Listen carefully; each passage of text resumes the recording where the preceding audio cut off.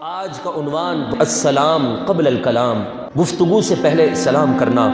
ان رجلا سأل رسول اللہ صلی اللہ علیہ وسلم کہ ایک شخص نے حضور علیہ الصلوۃ والسلام سے پوچھا ای الاسلام خیر، اسلام میں بہترین عمل کون سا ہے؟ قال، میرے محبوب علیہ الصلوۃ والسلام نے فرمایا تطعم الطعام، لوگوں کو کھانا کھلانا، وتقرأ السلام علی من عرفت ومن لم تعرف، لوگوں کو سلام کرنا جسے جانتے ہو اور جسے نہیں جانتے۔ سلام کرنے سے فائدہ کیا ہوگا؟ حضرت ابو ہریرہ رضی اللہ تعالی عنہ کی حدیث پاک میں اس کا جواب ملتا ہے کہ قال رسول اللہ صلی اللہ علیہ وسلم لا تدخلوا الجنت حتی تؤمنوا، جنت میں اس وقت تک داخل نہیں ہو سکتے جب تک مومن نہ ہو جاؤ، ولا تؤمنوا حتی تحابوا، اور مومن اس وقت تک نہیں ہو سکتے جب تک آپس میں محبت نہ کر لو۔ اولا ادلکم علی شیء اذا فعلتموه تحاببتم، اے لوگو کیا میں تمہیں وہ بات نہ بتاؤں جس کے عمل کرنے سے تمہارے درمیان محبتیں عام ہو جائیں گی؟ افشوا السلام بینکم، آپس میں سلام کو عام کر دو۔ سلام میں پہل کون کرے؟ ہمارے یہاں پر معیوب سمجھا جاتا ہے، کہتے ہیں یار میں سلام کروں۔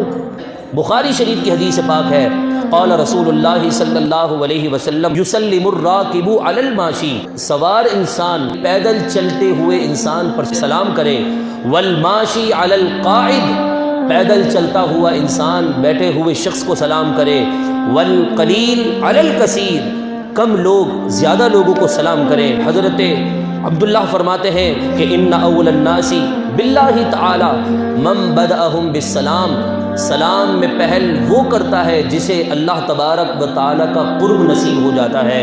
میرے محبوب علیہ الصلوۃ والسلام نے فرمایا الرجلان یلتقیان، دو مرد آپس میں ملتے ہیں، ایہما بدأ بالسلام، یا رسول اللہ ان میں سے سلام کی پہل کون کرے گا؟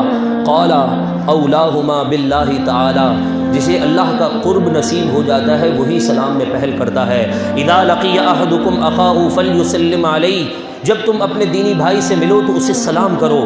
فإن حالت بینہما شجرۃ او جدار او حجر ثم لقیہ، فرمایا اگر تمہارے درمیان کوئی دیوار حائل ہو جائے، کوئی چیز آ جائے، یعنی تم جدا ہو جاؤ پھر ملاقات تمہاری ہو جائے، فلیسلم، شرمائے بغیر سلام کرو، اللہ سلام کی برکت سے محبتیں عام فرما دے گا۔